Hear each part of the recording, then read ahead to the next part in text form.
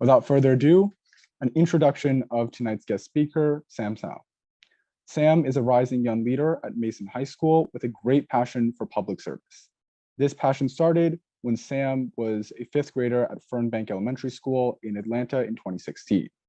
There, he produced a video featuring how technology and a specially designed straw could help eradicate the guinea worm disease, and the video earned high accolades from former President Jimmy Carter and his staff as well, and more than 100 other participants.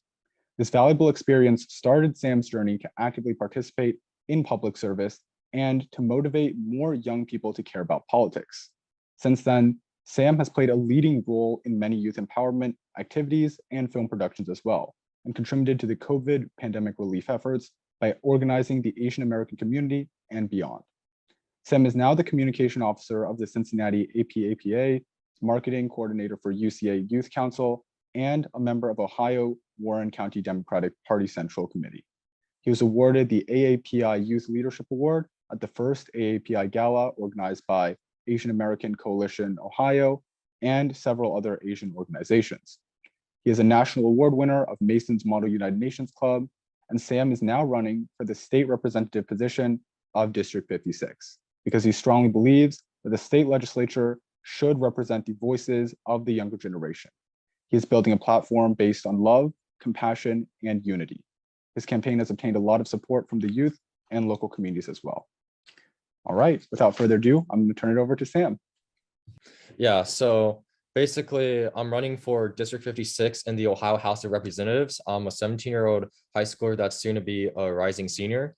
You may be asking, how can I run? Because I'm 17, and don't you have to be 25 to run? But that's for Congress. That's for Congress. I want to clarify, I'm not running for Congress. I'm not running for the US House of Representatives. I'm running for the Ohio House of Representatives. And so our age requirement in our Ohio Constitution says you have to be 18 by general election, which I will be. And I turn 18 on October 17th, so my name's already on the ballot. But yeah, I wanted to thank everyone for being here. And so this is my journey and passion for civic engagement and public service. And this is my website. You guys can check it out, samtaoohio.com. And yeah. And okay, so this is basically what we're trying to build. We're trying to build a coalition of just Republicans, Democrats, and independents in order to achieve what our state has truly been fulfilled to achieve, which is a state built on compromise. And that's why the logo here is purple, to symbolize the mix of red and blue political affiliations within our state. And right now, a lot of people tend to think Ohio is like a gerrymander. Well, it is a red state, but it's a gerrymandered red state. And so I've had people, some of the skeptics say, this is a red state, you can't win. But with all the ongoing news, especially yesterday and in the last few weeks, we have to keep trying, and we just have to keep moving the needle. If we just keep pitching candidates to, I saw someone raise their hand. I think they might have a question, which we save to the end, right, David? Yeah, let me just put that in the chat for anyone who's just okay, cool. But we just have to keep moving the needle forward. And right now, our lives are at stake, and they're gonna, with the Supreme Court overturning Roe v. Wade, they're gonna go after Obergefell, they're gonna go after Lawrence, they're gonna go after Loving. And so it's important that we not just keep the fight up and go vote in blue states. Yes, vote in blue states. You can keep those districts, but also if you guys live in red states, keep the fight up there, and we can slowly work towards moving the needle forwards to flipping that to a safer state, not necessarily a blue state, but a safer state. So that's what I mean by your choice, your voice, your choice, which is the slogan here. That's basically what our campaign's based on. I decided to run and to get involved in our community because traditionally we are, teenagers are seen as, someone, I should be going to parties, or I should be, I don't know, drinking, doing drugs. I'm not sure. But I think that that's just like a minority of teenagers. And so it's important for especially the youth to get involved at a very early age in politics, because at the rate that we are going right now, we won't have a future we can wait for to just run for office or get involved politically. The time is now, because everything's on the ballot this year. And I know that a lot of candidates always say that democracy is on the line this year, but no, truly this year it is.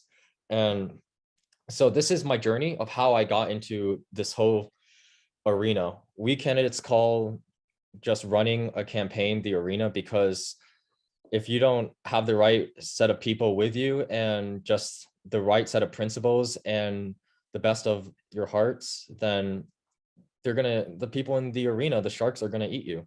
So this was my journey, which was the 2016 IB project that David touched upon a bit. And so my friends and I in the 5th grade, we decided to create a video for our IB project to present to our school. And we based it off just the Carter Center's guinea worm eradication program. So what the guinea worm eradication program, for those of you that don't know, it's basically this program that is part of the Carter Center, which is the organization that Jimmy Carter founded post-presidency. And so this organization is dedicated to combating illnesses all across the world, especially in third world countries, and just aiding in humanitarian efforts. So they created a program called the guinea worm eradication program. And so what that program did was it helped just alleviate cases of guinea worms and reduce cases from millions in the 90s now to, like, I believe the cases are in the single digits. So it's been really effective. And the 20th anniversary of the program was coming up. So what my classmates and I did, we created a video to commemorate the 20th anniversary of the program and promote what guinea worms is and how we can prevent that by using water filtration straws. So it was screened actually at the Carter Center's 20th anniversary meeting, which was really awesome because it actually earned high accolades from President Jimmy Carter himself, as well as some of his staff and prime ministers from the endemic countries in Africa. Actually, just recently when we started like the campaign, Jimmy Carter sent us a letter and it was super cool. So national treasure. But this is the video, and yeah, it's pretty long, so I'm not going to play it, but you can definitely find it on YouTube. But just what this whole experience had on me in terms of just civic engagement was that I love filmmaking, and to be able to combine that with community service is amazing. And just seeing the reception, and actually this video inspired those same like health ministers from the endemic countries in Africa to inspire their own kids to create a similar PSA promoting awareness about just waterborne diseases such as the guinea worm disease. And that was just awesome. Yeah. So this is my adventures in filmmaking. I've just been all over the place. And so this was actually my trip to Luxembourg. This is just the thumbnail for it. And I decided to make a vlog about it. I've just been everywhere when it comes to filmmaking. And filmmaking is just one of my greatest passions. So like I said in the previous slide, to be able to combine that with politics is really an amazing thing. And so follow your passion. That's one of the takeaways I want you guys to know from this whole entire presentation. And so every time, like, just even in my campaign, this filmmaking ability has become really helpful in, for instance, saving costs for our budget, which sometimes is tight. So at the beginning, we edited the launch video and produced the launch videos ourselves. And actually, I've personally been producing some videos for the Ohio Candidates Coalition, which I'll talk about later, but super cool. Yeah. Oh, next slide. There. Maintaining a positive Chinese identity. As a Chinese American in the United States, where we have such a complex racial dynamic where it's more either you're African American or you're white American. And so anyone who's in between, really, they're kind of omitted from mainstream media and culture. But I'm lucky to have grown up in a household where I speak my language with my parents every single day. And I've been back to China to visit relatives every few years. And read cultural books. I watch Chinese films, and so this continues to just reinforce my pride regarding my identity, and just realizing that our diversity is our nation's greatest strength is key to also having a good experience while serving the public. Because if you are not confident in yourself, then it's going to be very hard for you to be a public servant. But I've just been so lucky to just have the right experiences growing up and just the right set of role models to look up to. And I understand, like, it's even now we don't have that many role models to look up to in mainstream media and government and just in our culture, like overall in America.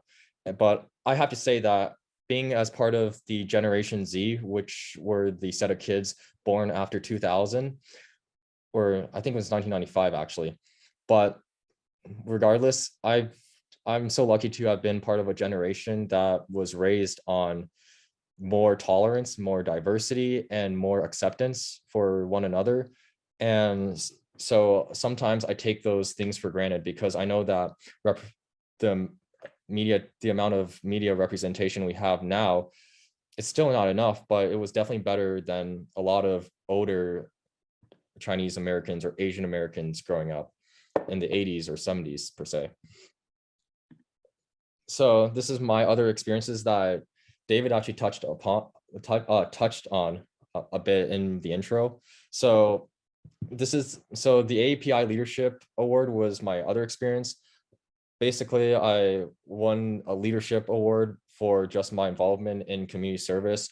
But if you want to get involved, if you do want to get involved in the community, don't do it for the monetary value or for the fame. Do it for just the experience of knowing that you served your community well and that you had an impact. And so these things are cool and all, but yeah.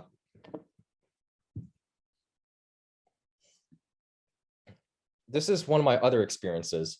So in Ohio, we have two senators, and one of them is actually a Democrat. So despite our state being more of a red state in the view of the American public, we actually have a Democrat senator that actually is a progressive.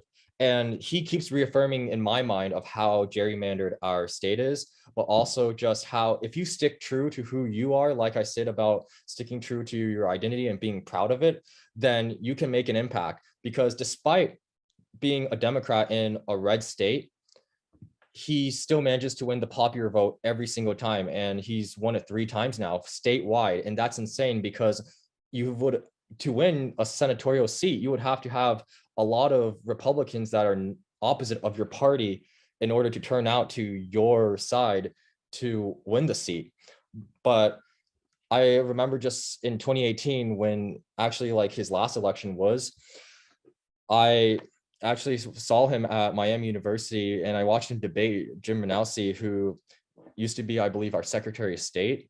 But Sherrod Brown, he ended up winning, of course, and not the debate, but the race that followed afterwards. And it just that experience stuck out to me as long as you have the right set of principles, no matter what, even if you are on the seemingly losing side on paper, you'll eventually come through. And I think there's pride in being the underdog. For instance, in my district, I'm actually the underdog in my primary because my opponent has a bit of more name recognition, but we've been catching up, and the traction that we've been building just on the digital sphere and also in the physical sphere has been tremendously positive. So we'll see about that.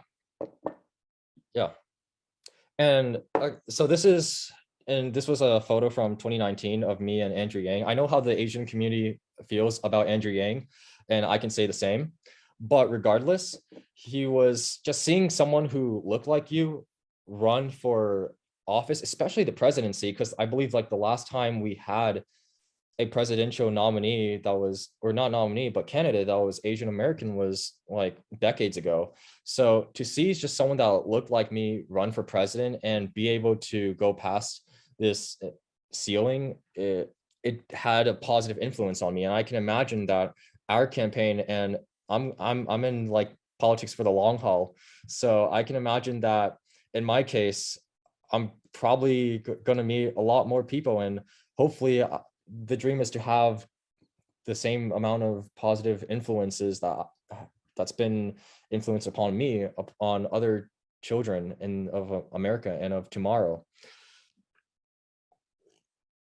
So this was definitely a memorable night because representation matters. That's the truth. And it's important that we not just have representation in the government, but we also have good kind of representation. So we need people that enact good policies, stand for good ideas that look like us, not just people that are there as token minorities or just people there that just look like us but aren't doing much and or are corrupt, etc.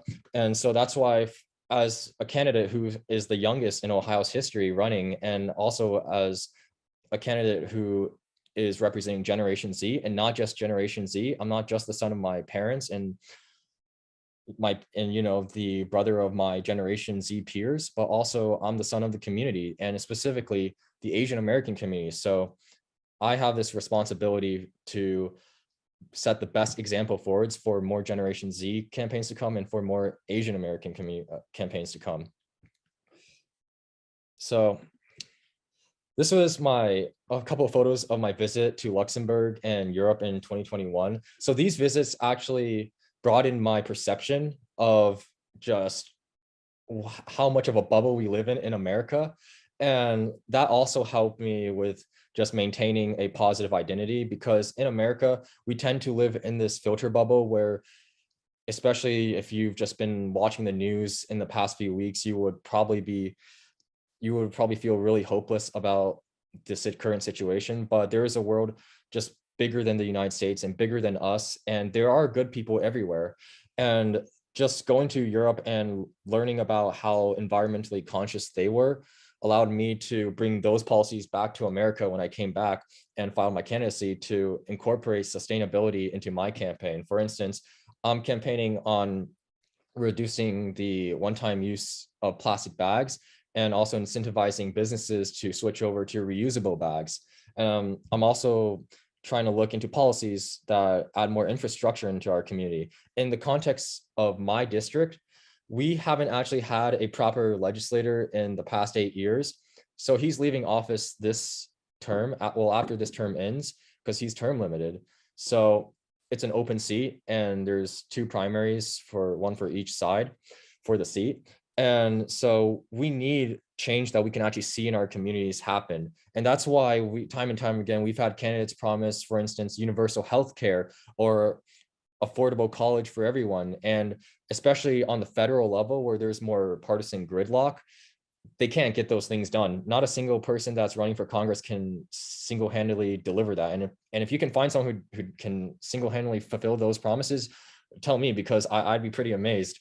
But anyways, it's unrealistic. And that's why a lot of people tend to have the perception that my vote doesn't matter, or politicians don't fulfill their promises, or my involvement in civic engagement means nothing in the overall scheme of things. No, you're wrong. Absolutely wrong.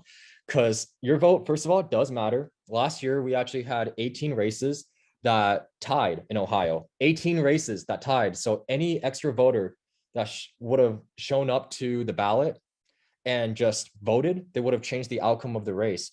But instead, those 18 races, they were decided by a coin flip or the random drawing name of a name from a hat. So you gotta have your voice represented at the end of the day, and especially in down ballot races such as mine, state legislature or county commissioner or school board. You have to show up, because those down ballot races are where your votes are going to weigh the most at.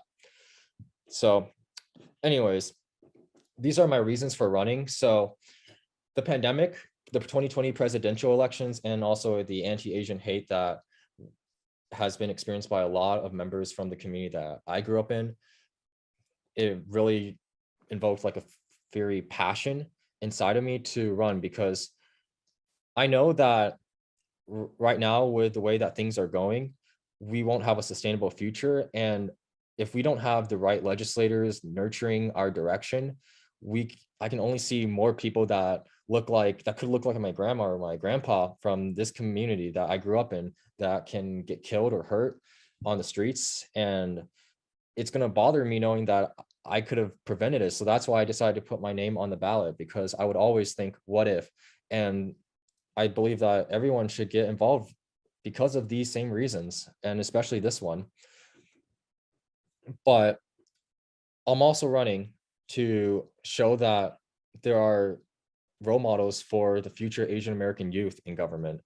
And that's something that I didn't have as much growing up, even though I had a lot of that in media, but still not enough, obviously. But thankfully, it's increasingly becoming better. But the anti-Asian hate was definitely a motivator, because anti-hate crime acts can only prevent so much, but we need to have the legislators making them represent the people it's affecting. And I know that some Asian American Congress people were involved in making that act, but there should have been more. And also just, we need more people that look like us in government, because when you have that kind of exposure to government officials and people in authority that can have such a profound influence on people, when those people lead by a good example and are representing whatever minority culture they're representing, they end up setting a good example and for themselves, and just also like a good perception of their community. And that's unfortunately how the racial dynamics in America are operating right now. And so more exposure to positive influences in government from cultures that you might not be normally exposed to, that can shed off a lot of ignorance, which if you don't shed off that ignorance, it can later stem into just hatred for this group or that group, which can later turn into hate crimes or worse. And so the pandemic kind of correlates with the anti-Asian hate. And so just seeing the pandemic displace so many people, and I hate using the word unprecedented, but definitely unprecedented for me. I've never experienced something like that. And to see how many families were displaced by it, and just because of their economic situation, had my family been less wealthier, and had my family not had this or that or this privilege, then it could have affected us just as much. And so the way that our system currently is working is that people born with less are treated like less, and that's not right. So I'm running to bring back that kindness and that thoughtfulness to the legislature. And it all starts within our state legislatures, because like I said, in the federal government, there's a lot of gridlock. And so especially in the Senate, when you have filibusters killing off these bills, you can't get anything done. And it's at the state level where a lot of these policies can be implemented. So that's why you have to vote down ballot. That's why you have to vote in every single local election. And also the 2020 presidential elections, speaking of elections, also influenced me. And just seeing the negative turmoil, and especially what happened with the Capitol attack on January 6th and just the recent January 6th hearings, we need more good, conscious legislators in government. Yeah. These are my policies. You can quickly just take a look. I'll go over each of them briefly. So in Ohio, we have a Republican trifecta, which means that we have a Supreme Court in Ohio that's controlled by Republicans. We have a governor who's a Republican, and we have a state legislature that is majority Republican.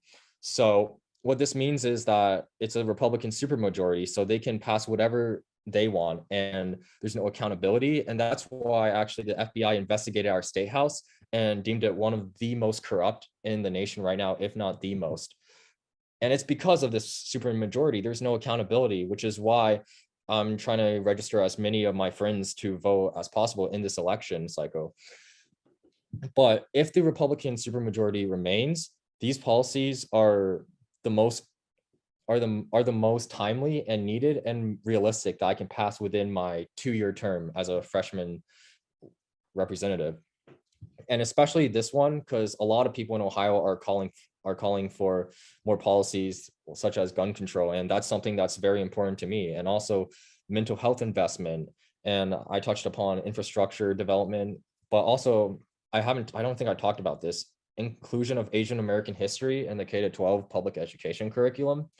I wanted to just say that, again, it's important to have good influences growing up, not just for the Asian American youth, but also for the other non-Asian Americans in our nation growing up. Because if they are also exposed to just Asian American culture and just the contributions that our ancestors made in this country, then it can shut off a lot of this ignorance, which like I said, it stems into hate, and which goes into worse things such as hate crimes.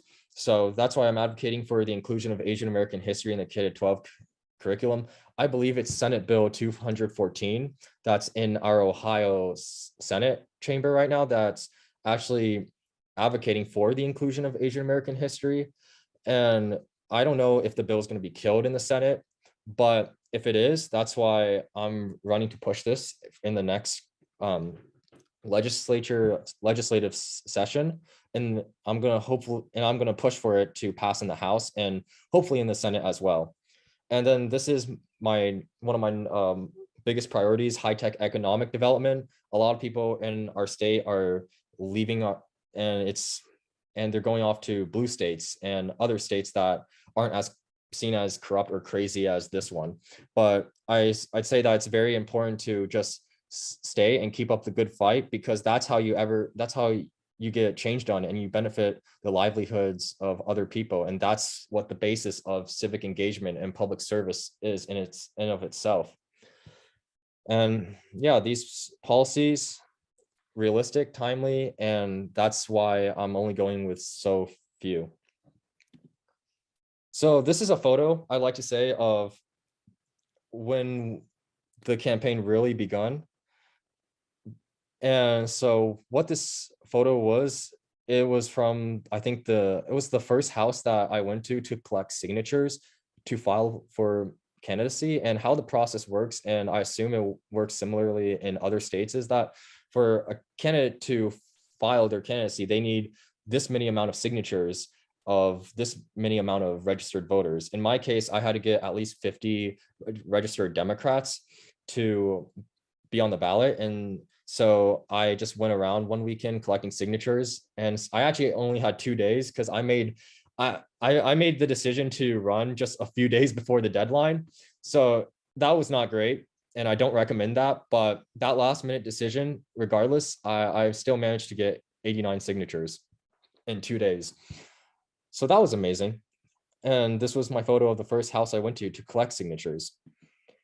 So this is the support from family, friends, and voters that we've gotten over the past 4 months that we filed. And campaigning, it is stressful, but when you enjoy what you are doing, and it applies not just into politics, but also into other areas of life, when you enjoy that hobby or that interest, it doesn't seem like work for you. It's because you're doing what you love.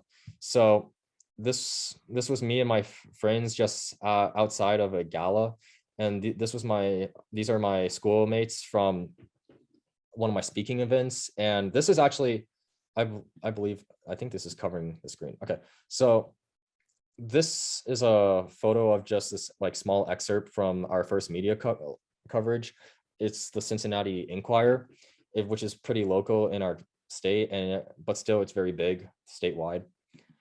And this is the support from my community. This is actually super cool.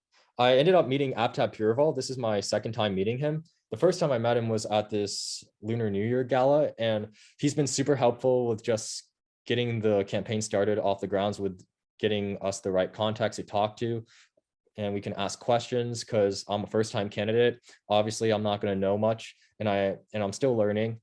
So this is Aptab Purival. Like I said, he's actually the first Asian American mayor in the Midwest. You know how amazing that is? The first Asian American mayor in the Midwest.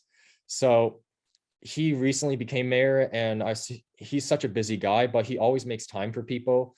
And to see, and just someone in a big city like Cincinnati, and that city having an Asian American mayor, is, I can imagine that about just like what the magnitude of influence that can have on the Asian American youth. It's going to be very positive. And I mean, it's already had a positive impact on me. He's an amazing guy. And if you guys ever go to Cincinnati, you probably can see him somewhere. And this is a bunch of photos from the gala I was at on May 14th, when I accepted the API Leadership Award, and these are all my friends.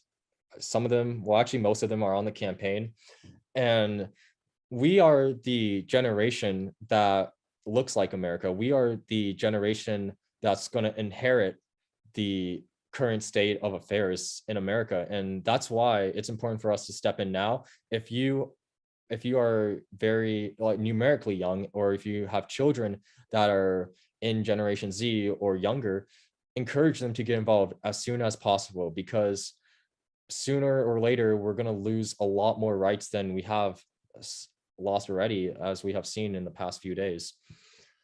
And also, of course, vote, and down ballot voting too. So this is also support from my community continued. This was actually like one of the best moments of my life, and of this campaign. It's something I'm never going to forget. I've actually visited an elementary school a while back, and to talk about just civic engagement and public service, a slide similar to what I'm giving you guys right now, but a bit different. So I explained the 3 branches of government. I explained how important it is to vote, and I know they're not 18, they can't vote yet, but they will be of age soon enough. Time flies. And anyways, these children, they were so inspired by our campaign and the fact that just anyone can get involved, and you don't have to be 18 to get involved. And specifically in the cases of Ohio and a few other states, you can run at a very, very early age. And I remember just being like here, and someone just walked up to me and said, do you think I could be a state representative candidate too? And he was this Asian American kid. And I thought, wow, because that's probably what I would have said to a lot of my influences growing up. And I might have shed it. I think I shed it like a few tears, but I don't know. It was just very, very, very eye-opening. And it was definitely an awesome experience, just seeing all these children just ask questions and just ponder about the US government. I'm sure that they'll grow up to be really wonderful leaders, as they've already shown me just by being there that day. So this is my activism and community activities. I've given quite a few speeches, and these are the ones that managed to be recorded. So this one was after the shooting in Texas just last month. I and like the Ohio Teachers Federation of America, we went to Rob Portman's office to talk about the importance of passing gun legislation that is common sense gun reform. Rob Portman's one of the Republican senators actually that voted in favor recently of our bipartisan gun reform deal. So don't tell me that that civic engagement, that's activism, all that does nothing, because it does.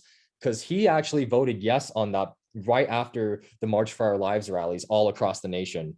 And I actually helped host one of them in Cincinnati a few weeks ago. So protests do work. And if what you're doing as a protest is not making the oppressor uncomfortable, then it's not a protest. You have to use your voice, and you have to move mountains to get things done. And you can only do that as a collective. So if there is an issue in your community that you feel is not addressed or can be better solved, then gather a group of friends and just organize. And that's the power of our voice is just tremendous. Know that. And this is another tweet. It was actually retweeted by John Cooper. He was the finance director of the Biden campaign and of the Obama campaign. So basically, this was after the Roe v. Wade Supreme Court draft leak. And I was at the city council meeting at a local city near me where they passed an abortion ordinance unconstitutionally, banning abortion. And it was actually an ordinance passed overnight. So they didn't actually really consult anyone.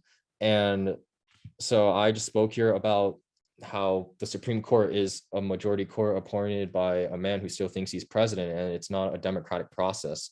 And right now there's a lot of discussions about term limits and just the merits of the people on the Supreme Court and who they are as citizens.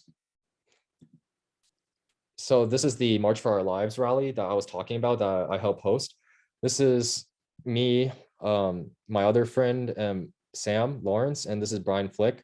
So we're all like candidates running in Ohio, and what we're trying to build in Ohio specifically, just beyond our civic engagement for the long run, because this campaign is obviously going to dissolve inevitably after November when we win, but we're here for the long haul to build the coalition of Ohio candidates that are not just Democrats, but also for common sense. And usually those two things correlate to each other, but we're trying to build just our own set of candidates from ground up. That's a whole slate that we can run that can purge the corruption from our state house. And so after the campaign, I know I'm going to be one of the people just helping to build that bench up with my friend Sam. And yeah, so this was our March for Our Lives, which protest in Cincinnati, which actually, like I said earlier, helped to influence Rob Portman to vote yes on the gun reform package in the US Senate. We even like marched to his office outside and protested. So again, don't tell me that activism doesn't work. It does. This is more photo. Yeah, these are more photos of the March for Our Lives rally. And so I'm talking to some people here, and this is one of the speakers, and another one of the speakers. And yeah, these are my endorsements that I've had so far. There are definitely more endorsements, but these are the ones that I just like put together quickly that I can name off the top of my head. So this is the AADC, the Asian American Democratic Club, which they were actually the first organization to endorse us before our traction and before we took off on the internet, especially. This is the American Youth for Climate Action organization, Run for Something. And yeah, and then this is a graphic from the AADC of a webinar that I attended recently. It's super cool. And this is actually the tweet that got us our social media explosion. So we actually got 300,000 impressions off this tweet, and this helped us get our first 5,000 followers within 24 hours. So we're now sitting at almost like 20,000 followers on Twitter, and we've just been climbing. And so the community has been super nice and welcoming. The Democratic Party, it's been very nice actually, and the tent's always wide and open for anyone and everyone. This is again the tremendous support on social media. I recently got verified on Twitter, where only 360,000 accounts get verified, and so people have actually donated to our campaign off Twitter. Most of our fundraising has been off Twitter, and especially for campaigning, a lot of people are not realizing the importance of social media and especially Twitter, because I've seen in the past candidates run campaigns and they're more focused on phone calling for money or just door-to-door knocking, asking for money for the campaign. But also just going on Twitter and talking to the right people on Twitter and just being in the right crowds and promoting your tweets about who you are as a candidate, what values you stand for, and the importance of state just legislature races. They help a lot with fundraising. And actually one of my friends, he's almost there on his go to $200,000 off Twitter. And all of it has actually been on Twitter, like all the money he's fundraised, which is insane. And as a result of just doing the same thing and trying the same strategy, we're one of the most well-funded non-incumbents in the state. So we have a real shot at this. So yeah, pretty cool.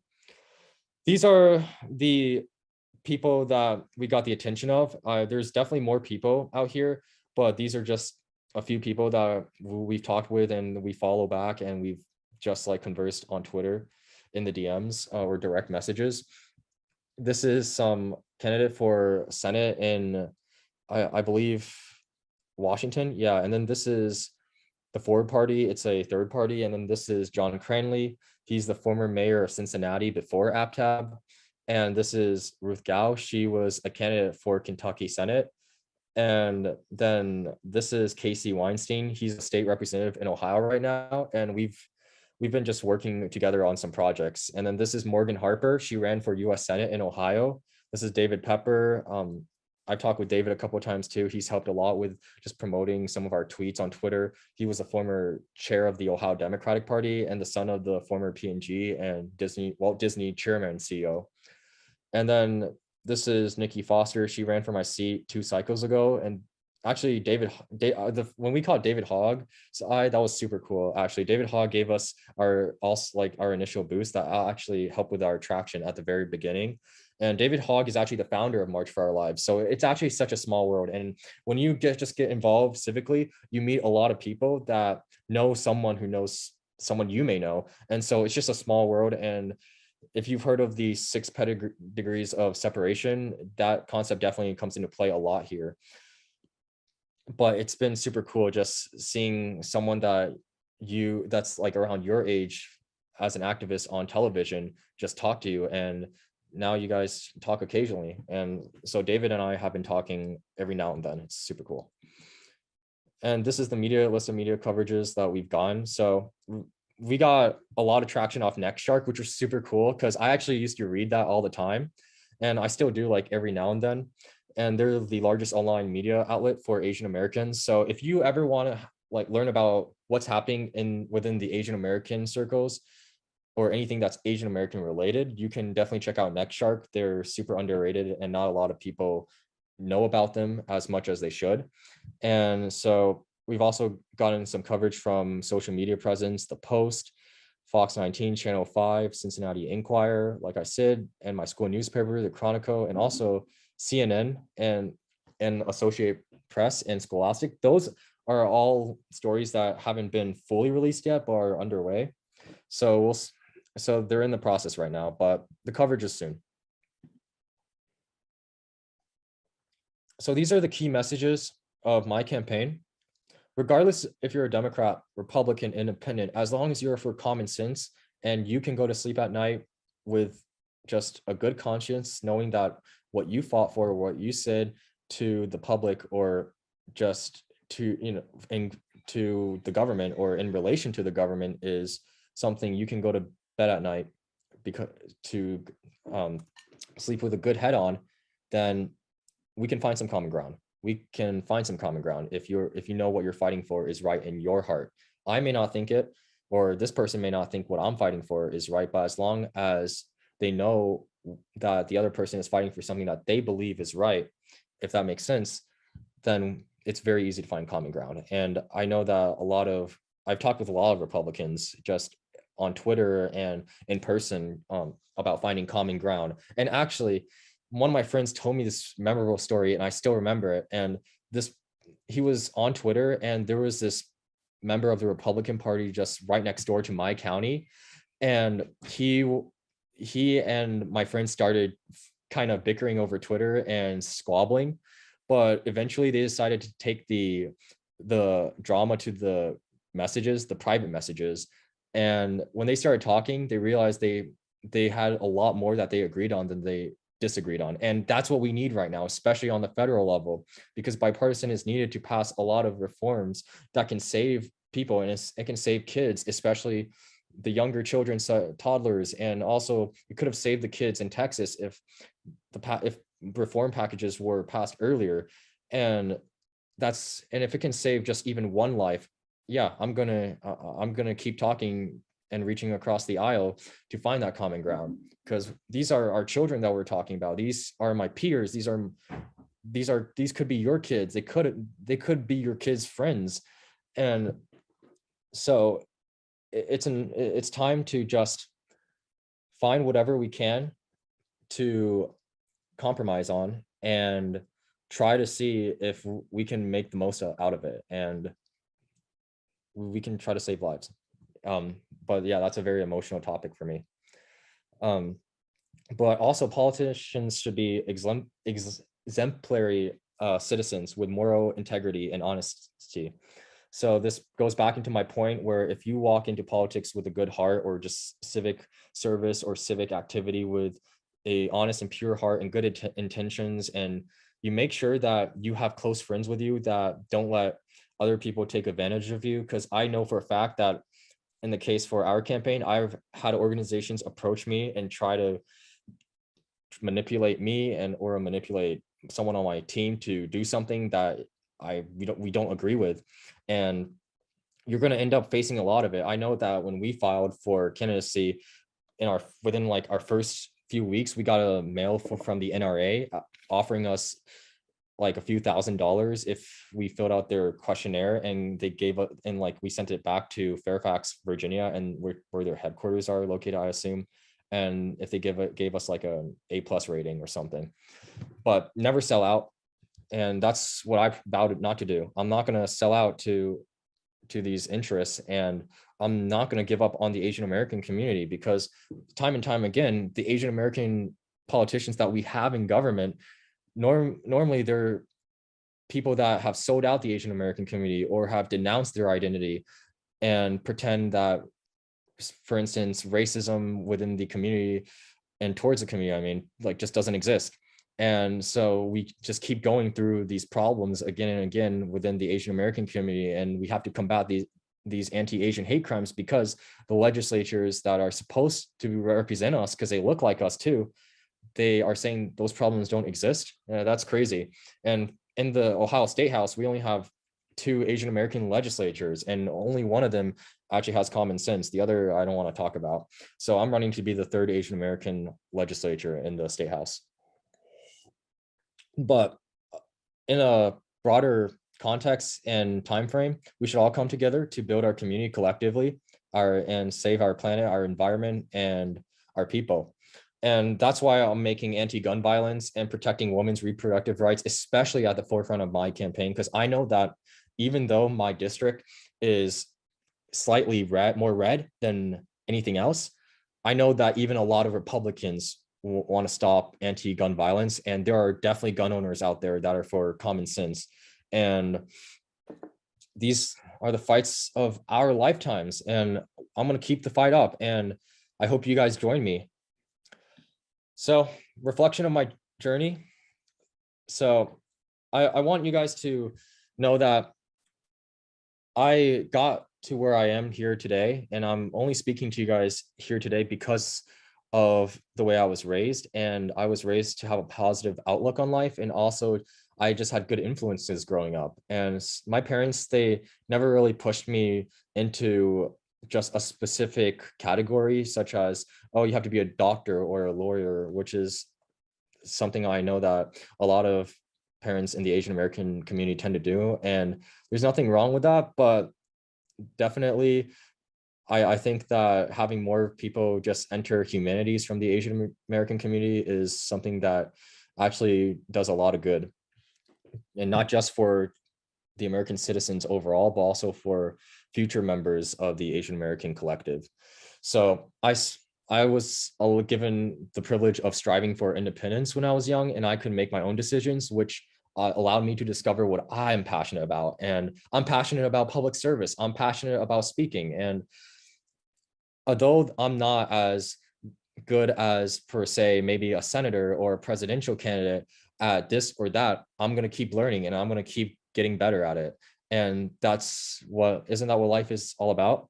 So especially just having just good family influences. And also I had a really good AP government teacher during my junior year when I filed my candidacy that gave me tons of support.